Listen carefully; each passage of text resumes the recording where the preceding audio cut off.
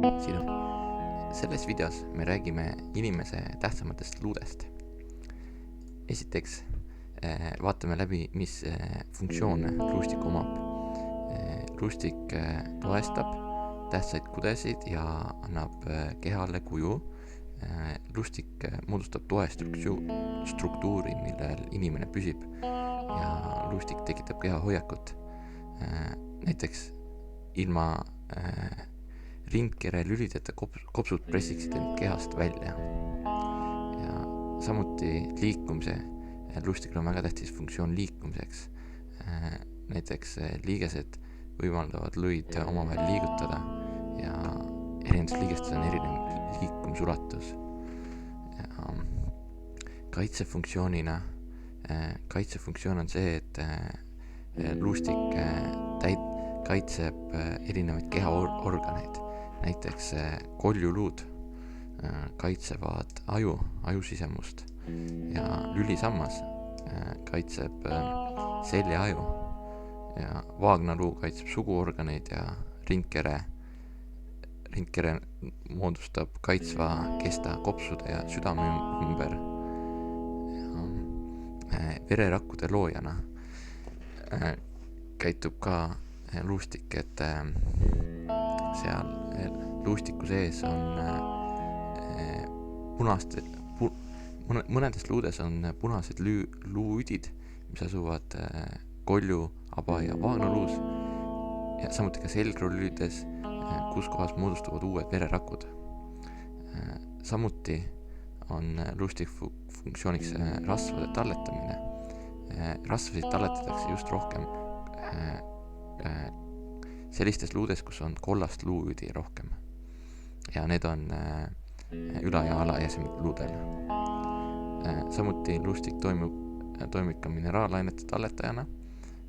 Sealt talletatakse kaltsiumi põhiliselt. Ja nagu ma natukese juba rääkisin, et erinevates liigestes on erinev liikumisulatus.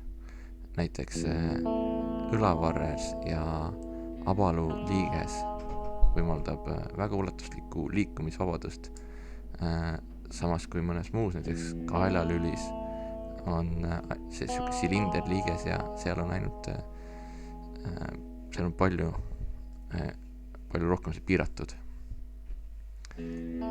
Ja siin on toodud veel pilti liigeste liikluse kohta natukese teistmoodi, kui see oli eelmisel pildi peal, et mõned luuühendused on omavahel liikumatud, teised näiteks selgrolülid, need võivad olla painduva ühendusega ja üla- ja alajasemel on need liigesed väga liikuvad. Ja nüüd vaatame edasi inimese luustiku. Rohkem vaatame just neid luid, mis seal on. Et inimese luustiku oleme siin jaotunud alaosadeks, et koljuluud ehk siis peas, mis asuvad, selgroog ja rinnakorv ja ülajäsemeluud ja alajäsemeluud. Et esmalt vaatame siis koljuluid.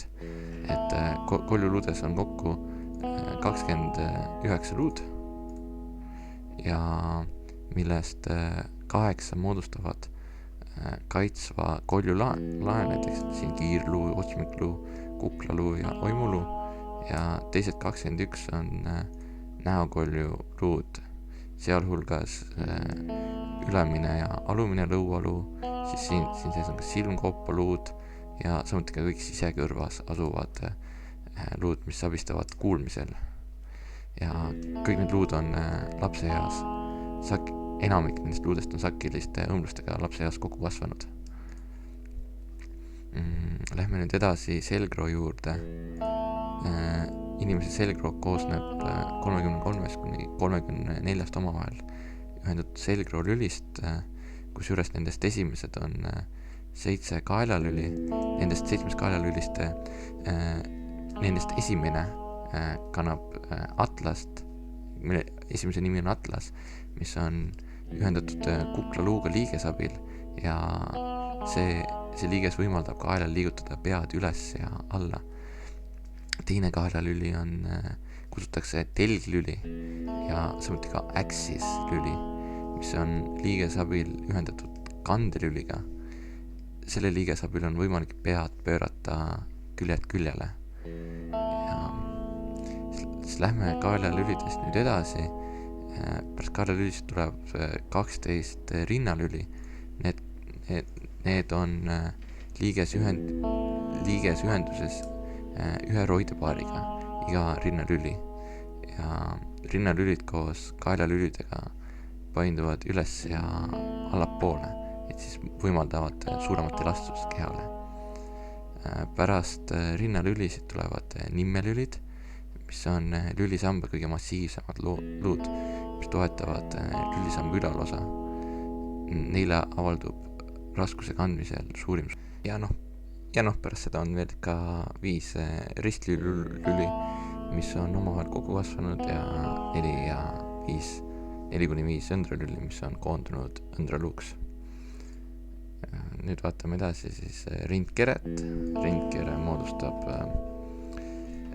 12 paari C-kujulisi roideid, kusjuures nendest esimene roidepaar on lühikene, iga järgnev roidepaar on pikem ning alumist on taas lühemad.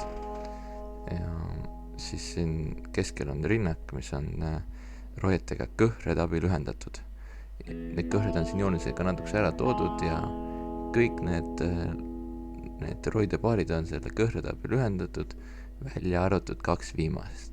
Need on siin vabalt ja need annavad rindkerele erilise elastuse. Ja siis vaatame nüüd edasi ülajeseme luud. Ülajesemel on õlavarre luu on rangluu ja habaluuga ühendatud selle õlavarre liigese abil. Sellel on väga ulatuslik liikuvus. Õlavarre luu on samuti ühendatud küünarluu ja kodarluuga küünarliigesest. See on nagu plokkliiges, siin on väiksem liikuvus, aga need küünarluu ja kodarluu, nemad saavad omavahel siin risti paikleneda. Nemad saavad ruumis enda asendit muuta, seega nad vahepeal on siin risti ja siis nad saavad tulla ka otse, ehk siis nagu paralleelselt, nagu siin joonise peal on toodud. Ja pärast küünarluud ja kodarluud tulevad randmeluud ja siis on kämblaluud. Kämblaluud on ka metakarpaalluud. Need kämblaluud võimaldavad sõrmedele suurt liikuvust. Ja siin on toodud alajäseme luud. Siin reieluu on ühendatud puusaluuga reie liigesabil. Sellel on ka väga suur liikuvus. Reieluust allpool on põlveliiges. Siin on reieluu ühendatud sääre ja pindluuga ja siin vahepeal on ka põlvekeder. Põlvekeder on see koht, kus on kõik lihase kõõlused on kokku tulnud. Seega see on nagu vahekoht, kus kohast need liigesed, vahekoht, kus kohast kõõlused liiguvad siin edasi. Ja lähme siis edasi, siis siin all on ka veel kannaluud jalaluud. Jalaluud jagunevad veel kannaluudeks, pöialabaluudeks ja varvaste luudeks. Kokku on seal 14 lüli nendel varvaste luudel. Ja siin on nüüd toodud üks kahjulik haiglus, mis luudega võib tekkida. See on luude hõrenemine ehk osteoporoos. See on sageli vanadusega kaasnev väga suur ebameeldivus, kui luud hõrenevad ja siis nad muutuvad nõrgemaks ja siis väga kiiresti võib tulla luumurd. Siin on toodud pilt, et kus on tavaline luu ja siin on hõrenenud luu. Ja see on kõik. Ma loodan, et teile meeldis see video. Tere, siin on Mihkel. Täna ma räägin teile inimese tähtsamatest luudest. Esmalt ma räägin, miks me selle